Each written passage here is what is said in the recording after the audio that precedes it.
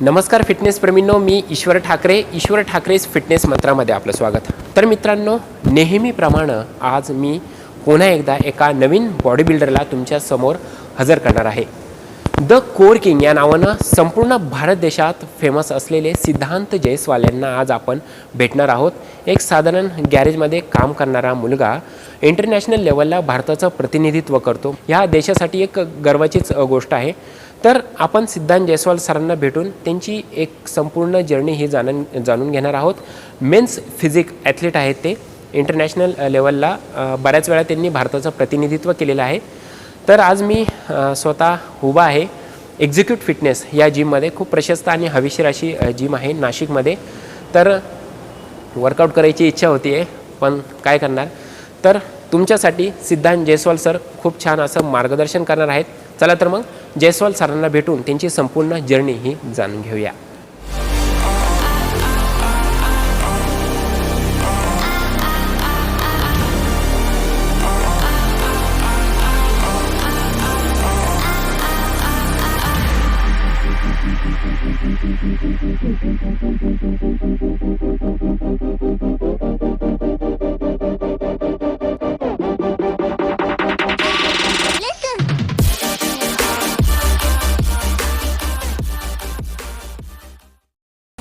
तर मित्रांनो, आज आपल्यासोबत मुलाखतीसाठी कोण हजर आहे सगळ्यांना माहिती आहे.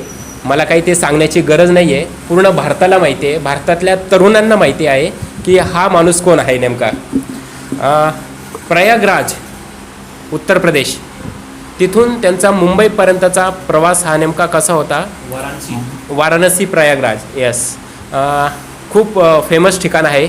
बरेच जण देवदर्शनाला तेथे जात असतात. तर तिथून सर बिलॉंग करतात. तर मुंबईपर्यंत म्हणजे मुंबई एक ड्रीम सिटी म्हणून ओळखली जाते.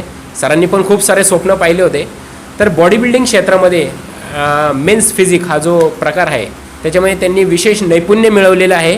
तर आज आपण सिद्धांत सरांसोबत दिलखुलासपणे संवाद साधणार आहोत. सिद्धांत सर, तुमचं खूप खूप स्वागत आहे माझ्या यूट्यूब चॅनलमध्ये. सिद्धांत सर, मी सुरुवातीला बोललो वाराणसी प्रयागराजवरून तुम्ही मुंबईपर्यंत आलात. तर हा प्रवास नेमका तुमचा कसा होता. फर्स्ट तो मी आपला खूप खूप आभारी की मी Marathi I can't speak very well but I can understand, so I will try. And ये है कि मैं धीरे धीरे सीखने को मतलब बहुत डिज़ायर है मेरा, मैं सीखूंगा भी. तो आप लोग ऐसे ही प्यार करते रहना, ईश्वर भाई जैसे करते हैं. तो ईश्वर भाई ने जैसा पूछा कि आपने मतलब वाराणसी सिटी से आप मुंबई में कैसे आपका आना हुआ, तो मतलब ये मतलब एक आप एक्सीडेंट बोल सकते हो कि मतलब एक इसी तरीके से था. अपॉर्चुनिटी के तलाश में था मैं. तो मेरे एक जानने वाले यहाँ पे आ रहे थे, तो उन्हीं के साथ जस्ट मैं आ गया कि मुझे फ़िटनेस इंडस्ट्री में कुछ करना है. क्योंकि उसके पहले मैं काफ़ी कुछ जो होता है फ़िटनेस इंडस्ट्री के बारे में जान गया था. तो फिर मुझे ये था कि मुंबई एक जो होता है ये हब है जहाँ पे आप चीज़ें सीख सकते हो. अगर आपके अंदर हुनर है, टैलेंट है, तो आप अपने टैलेंट को जो होता है एक्सटेंड कर सकते हो. आप ज़्यादा आपको अपॉर्चुनिटी मिलेगी, ज़्यादा आपका ग्रोथ होगा.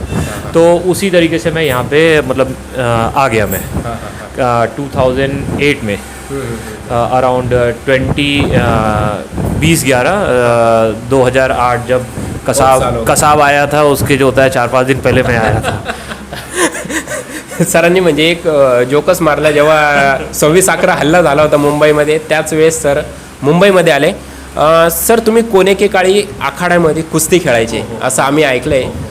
पण एक कुस्तीपटूला बॉडी बिल्डिंगमध्ये काय यावंसं वाटलं, असं मनात का आलं तुमच्या. एक्चुअली क्या है, वाराणसी सिटी जो है एक तरीके से स्ट्रेंथ को रिप्रेजेंट करती है. जस्ट लाइक कोल्हापुर, जैसे कोल्हापुर में जितने भी लोग हैं सारे के सारे पहलवान होते हैं, तो उसी तरीके से वाराणसी में भी लोग लंगोट उंगोट पहन के मिट्टी में जाना, कुश्ती लड़ना. तो उसी तरीके से अपना भी था कि हम लोग वहाँ पे कुश्ती लड़ने के लिए जाना और कहीं ना कहीं से जोर आजमाइश करना जिससे अपना स्ट्रेंथ बढ़े.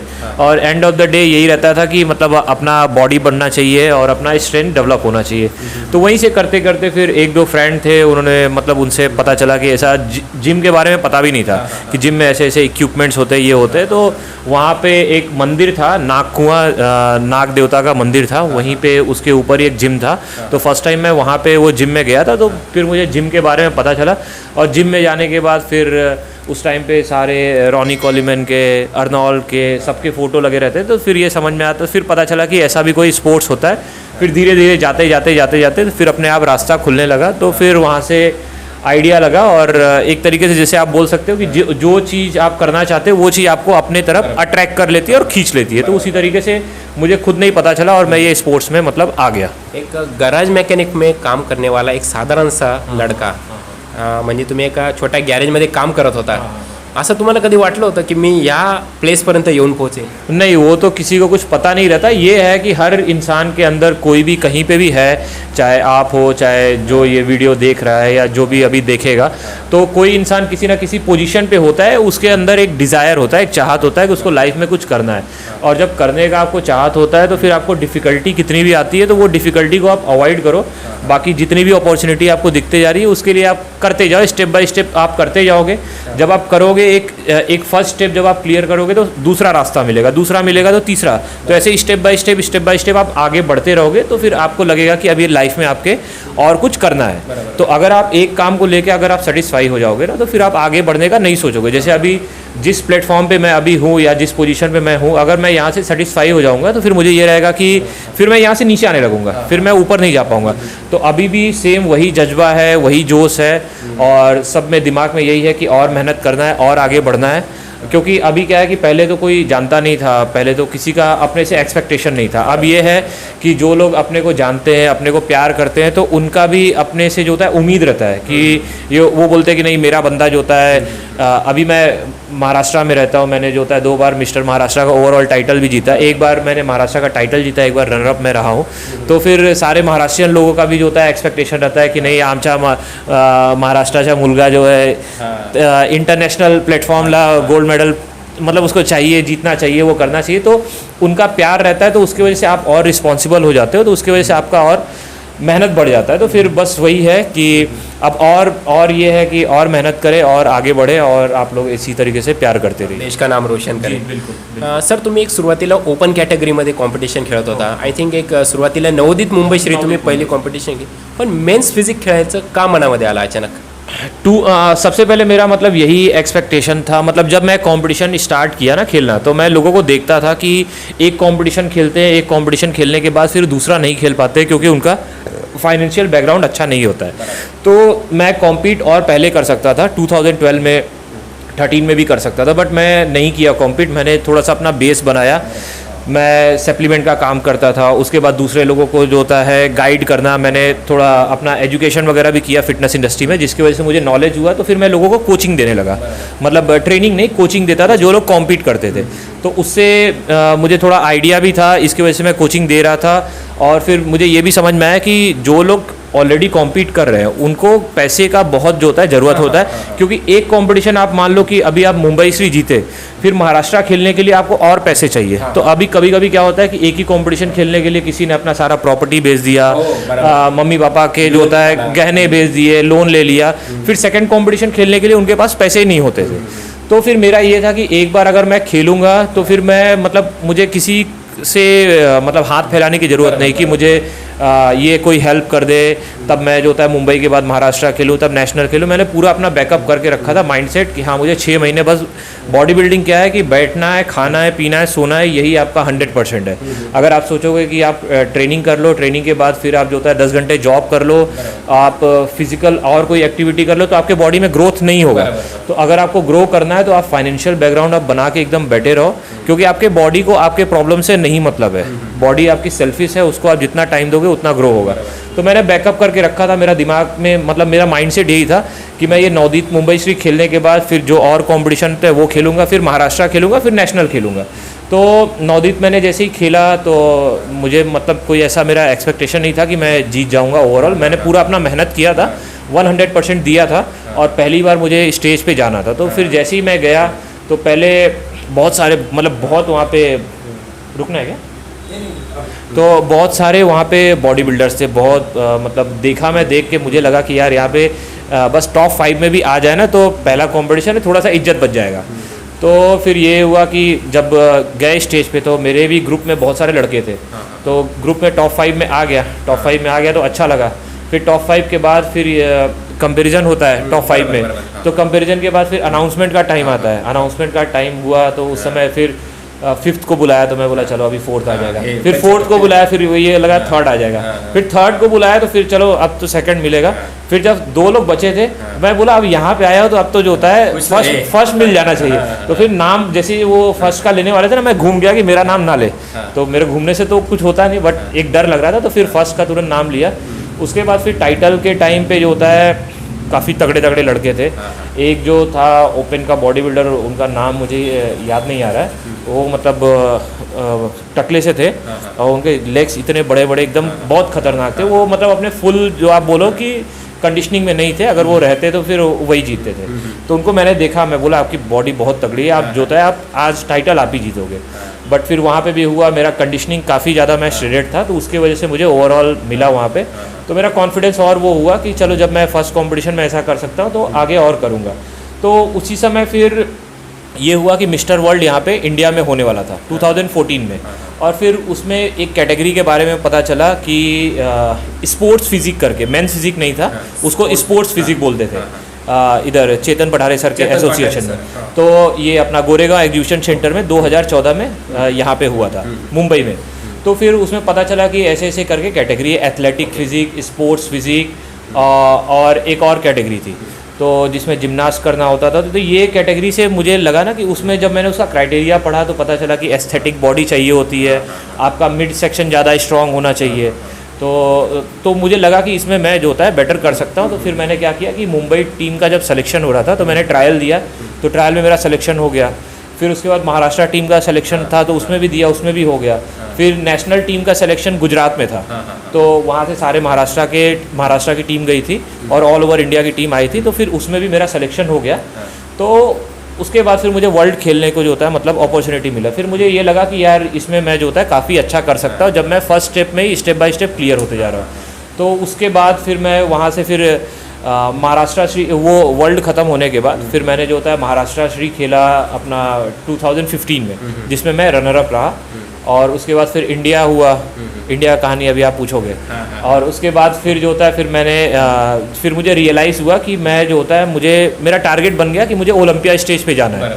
तो ओलंपिया स्टेज पे जाने के लिए फिर मुझे पता चला कि ये एसोसिएशन में मैं रह के मैं नहीं कर सकता, उसके लिए अलग प्लेटफॉर्म है। तो मेरा टारगेट उस समय वही था कि मुझे कैसे भी ओलंपिया स्टेज पे जाना है। तो फिर मैंने एसोसिएशन चेंज किया और IBBF से हट के मैं IFBB में आ गया।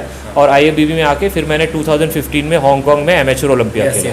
हाँ, तो उसी तरीके से तब से अभी जर्नी चल रही है। सर आप हांगकांग में गए, वहाँ इंडिया के लिए आपने खेला, तो वो एक्सपीरियंस आपके लिए कैसा था? एक्सपीरियंस बहुत नया था और बहुत ज़्यादा एक्साइटेड था मैं। तो और सब कुछ न्यू ही था। मतलब वहाँ पे अगर बोले तो एक तो चाइनीज़ कंट्री है, वहाँ पे ना इंग्लिश आती है, हिंदी तो आप छोड़ ही दो। तो मतलब वहाँ पे तो ऐसा हाल था कि एक तो खाने पीने को, जैसे अभी लोग बोलते हैं ना कि यहाँ पे ये पैसा ज़्यादा लग रहा, वो पैसा ज़्यादा लग रहा, वो लोग अगर बाहर जाके खेलेंगे ना तो उनको पता चलेगा। एक तो आपको अच्छा खासा मोटा अमाउंट जो होता है देना पड़ता है। पहले मैंने जो होता है 2 लाख के ऊपर दिया था, तब मुझे जाने को मिला था। और जाने के बाद फिर रजिस्ट्रेशन का फ़ीस कुछ $300 वहाँ पे भरना था। और वो भरने के बाद फिर जो होता है वहाँ पे खाने पीने का नहीं था, होटल उन लोगों ने किए करके दिया था, एसोसिएशन की तरफ से सब कुछ था, जो पैसे पे किए थे उसमें। तो बट रजिस्ट्रेशन का हम लोग को ही पे करना था।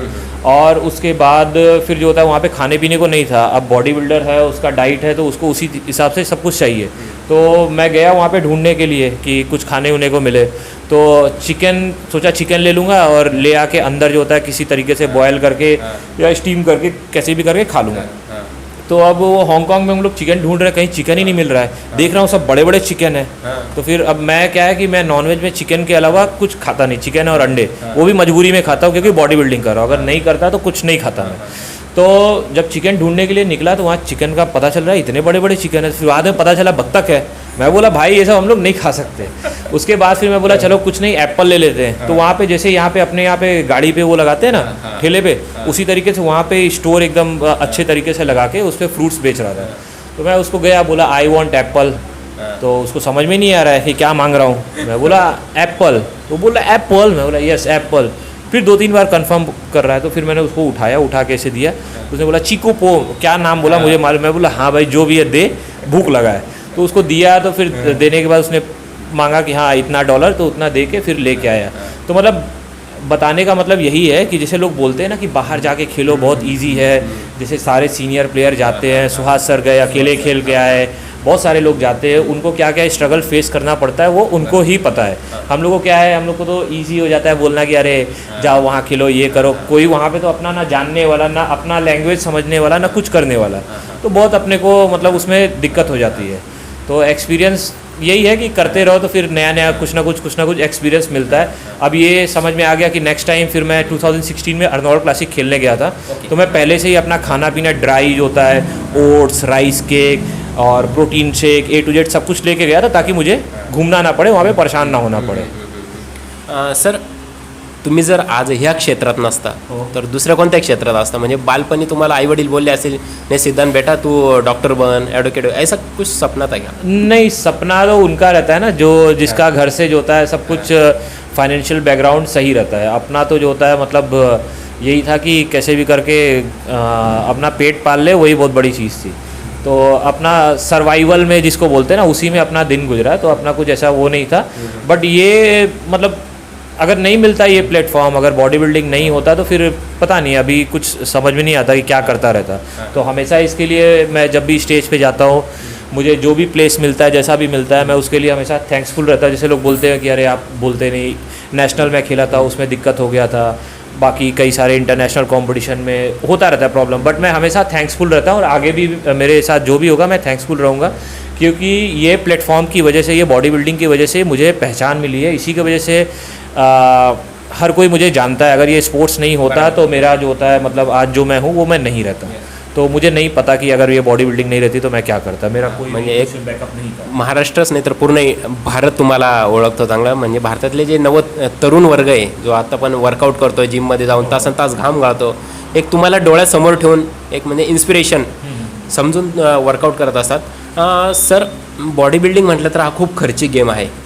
आता जेव्हा जेव्हा तुम्ही प्रिपरेशन केलं आत्तापर्यंत, तर हा सगळा डाएटचा खर्च, सप्लिमेंटचा खर्च तुम्ही नेमका मॅनेज कसा केला? सिंपल सा है, जैसे मैंने पहले भी बताया, मैं जब फर्स्ट कंपटीशन अपना खेला तो मैंने अपना सारा का सारा बैकअप आपको करके रखा। तो अभी भी अगर आप देख रहे हो, आपके पास पैसे हैं, 1-2 लाख हैं, तो आप ये मत सोचो कि नहीं इतने का माल खरीदा, इतने का ये लिया और चिकन खाया, क्या बॉडी रेडी हो गई। बॉडी रेडी करना बड़ी बात नहीं है, जब तक आपके पास सोर्स ऑफ इनकम ना हो, फ्लो मतलब हमेशा आपके पास महीने के जो होते उतने इनकम नहीं आ रहे, जितना आप खर्च कर रहे हो, जितना आपके बॉडी पे लग रही है उसका डबल आपके पास इनकम होना चाहिए, तब आप प्रेप करते हो।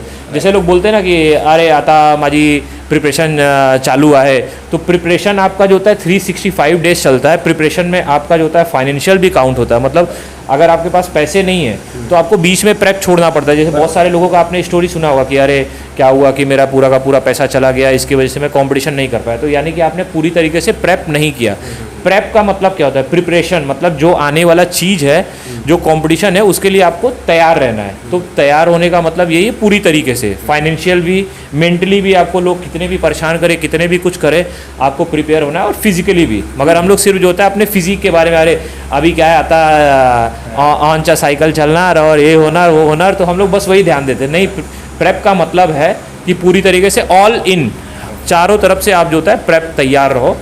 तो बोलने का मतलब यही है, आप स्टेज पे तभी उतरो जब आपके पास कोई सोर्स ऑफ इनकम हो, चाहे आप ट्रेनिंग करा रहे हो, चाहे आप फ्रीलांसर हो, चाहे आपका सप्लीमेंट का स्टोर है, चाहे आप डॉक्टर हो, चाहे जो भी चीज़ हो।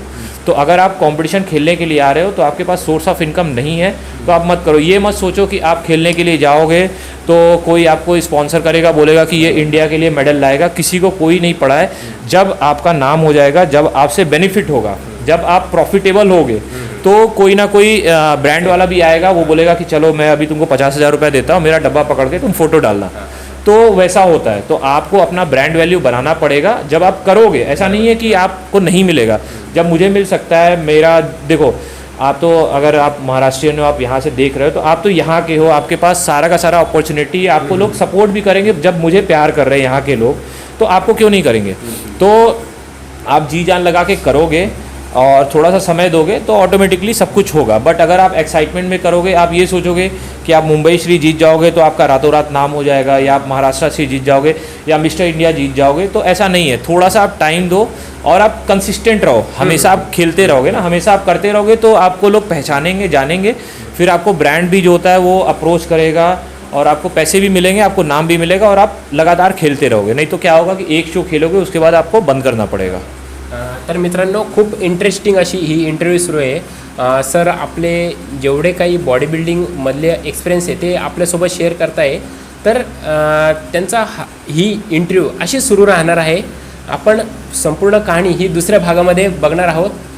ज्यांना कोणाला ही इंटरव्ह्यू आवडली असेल त्यांनी नक्की कमेंट बॉक्समध्ये लिहून पाठवा, लाईक करा आणि तुमच्या मित्रांना जास्तीत जास्त शेअर करा। आणि ज्यांनी कोणी माझा चॅनल सबस्क्राईब केला नसेल प्लीज चॅनल सबस्क्राईब करा आणि दुसऱ्या भागाची वाट बघा।